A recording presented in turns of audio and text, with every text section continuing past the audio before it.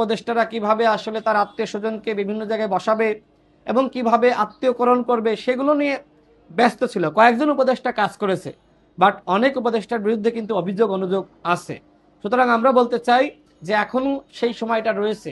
সবকিছু যে শেষ হয়ে গেছে আমরা বিশ্বাস করি না। আপনাদের হাতে আরো 2.5 মাস 3 মাস সময় আছে। এই 3 মাস নির্বাচনের পরিবেশ তৈরি করার দিকে আপনারা মনোযোগ দেন। এই 3 মাস আপনারা কিভাবে দলগুলোর কাছ থেকে সহযোগিতা চান সে বিষয়ে দলগুলোর সাথে আপনারা বৈঠক করেন। আমি তারপরেও আশা রাখতে চাই যে ডক্টর মোহাম্মদ ইউনূসের নেতৃত্বাধীন সরকার আগামী নির্বাচনটা তারা ভালো করার চেষ্টা করবে। আসুন দলগুলো আমরা যারা রয়েছি, নেতৃবৃন্দ যারা রয়েছি, আমরা সবাই মিলে সরকারকে, নির্বাচন কমিশনকে সহযোগিতা করি।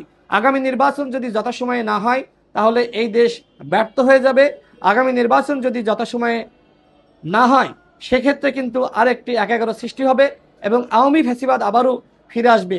গণ অধিকার পরিষদ আমরা 200 আসনে প্রার্থী ঘোষণা করেছি। আমরা নির্বাচনের প্রস্তুতি নিচ্ছি। আমরা প্রত্যেকটা দলের প্রতি আহ্বান রাখতে চাই, আপনারাও নির্বাচনের প্রস্তুতি গ্রহণ করেন যাতে করে আগামী নির্বাচনটা অবাধ, সুষ্ঠু এবং নিরপেক্ষ হয়। আপনাদের সকলকে ধন্যবাদ।